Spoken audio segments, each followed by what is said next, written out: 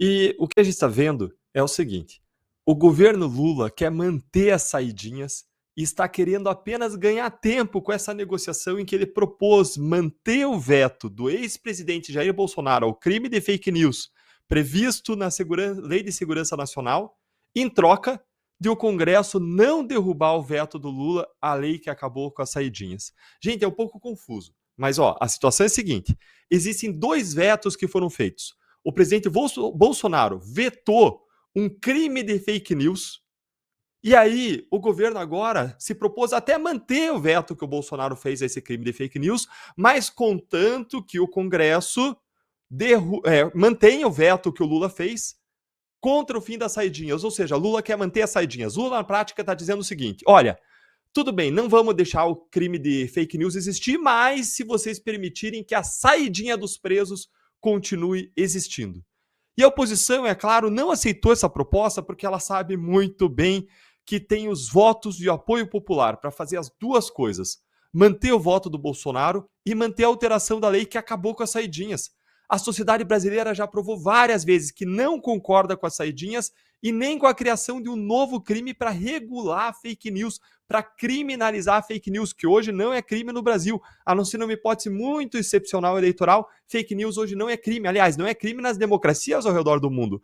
As pessoas nas democracias têm todo tipo de discurso protegido, inclusive a mentira. Por quê, Deltan? Porque é discutível o que é mentira e o que é verdade numa democracia. Existem versões sobre fatos. Algumas versões, como a da Giordano Bruno, um cientista de séculos passados, de que a Terra não era o centro do universo, por exemplo, foram contestadas, ele foi queimado na fogueira e no final das contas a versão dele se provou certa. Então, numa sociedade livre, as ideias têm que ser livres, inclusive as ideias minoritárias, rejeitadas, consideradas feias, não gostadas dentro de uma sociedade. Em todas as vezes que a sociedade teve a oportunidade de se manifestar em relação a esse último tema, inclusive esse tema do inquérito das fake news, da projeto PL das fake news, PL da censura, o clamor social mais forte sempre foi contra a regulamentação das redes sociais nos termos propostos pela esquerda e pelo governo Lula. Por quê, gente? Porque essa regulação toda acaba sendo usada para calar os críticos do governo, como eles querem fazer agora com Paulo Pimenta em relação aos críticos contra a incompetência do governo Lula na gestão da crise humanitária do Rio Grande do Sul.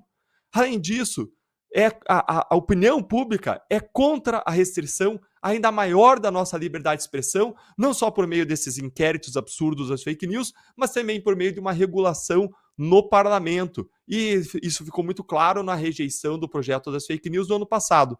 A gente teve mais um exemplo nessa semana com o projeto da Globo, que, se fosse aprovado, iria promover ainda mais a censura e a doutrinação ideológica, como a gente vai ver daqui a pouco aqui nesse programa. Então fica aqui com a gente que a gente vai falar desse outro projeto também muito grave, que quase entrou na pauta para votação nessa semana.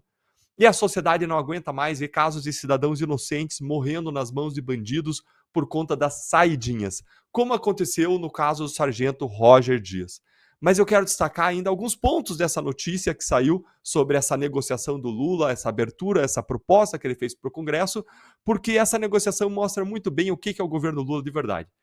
O primeiro ponto é que o que mais me surpreendeu nessa notícia foi o fato de que o governo Lula está realmente usando políticas de segurança pública como barganha política.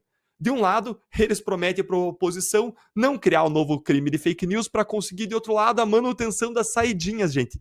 Isso é absurdo, porque aprovar políticas de segurança pública por conta de negociatas e não de interesse público, não com base em evidências, significa dizer que aquela política não está sendo negociada com base em dados, com base no melhor interesse público, com base nas provas dela dar certo ou não dar certo, na eficácia, na melhoria da vida da sociedade. Não! Está sendo negociada apenas com base em interesses políticos, ideológicos do governo.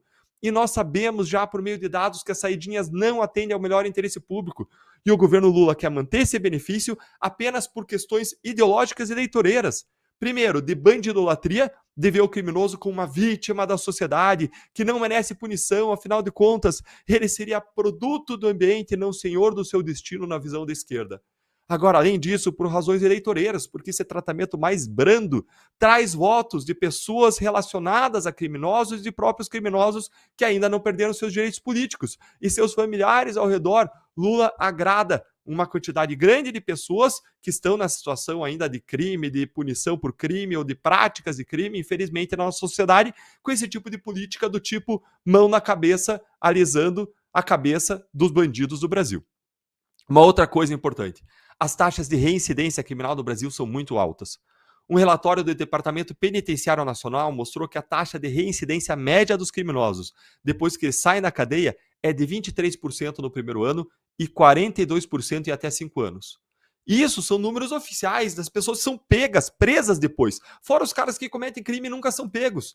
Isso quer dizer que em 5 anos, quase metade dos criminosos que são soltos voltam a cometer crime segundo as estatísticas oficiais, sem contar toda a cifra negra, falando só do que foi constatado. A gente está falando, gente, mais uma vez, só dos que são pegos. Se a gente aplicar essa taxa de reincidência para saidinhas, a gente tem uma chance, então, entre 20% e 40% de que os criminosos cometam crimes durante as saidinhas.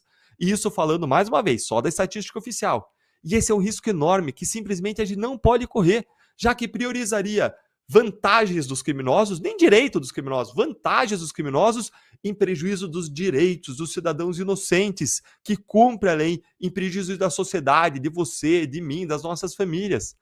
Mais uma coisa importante, de janeiro a junho de 2023, estou falando aí de 6 meses, 120 mil presos tiveram acesso à saidinha, sendo que 6% deles não retornaram, de acordo com dados do Senapen, que é a Secretaria Nacional de Políticas Penais do Ministério da Justiça.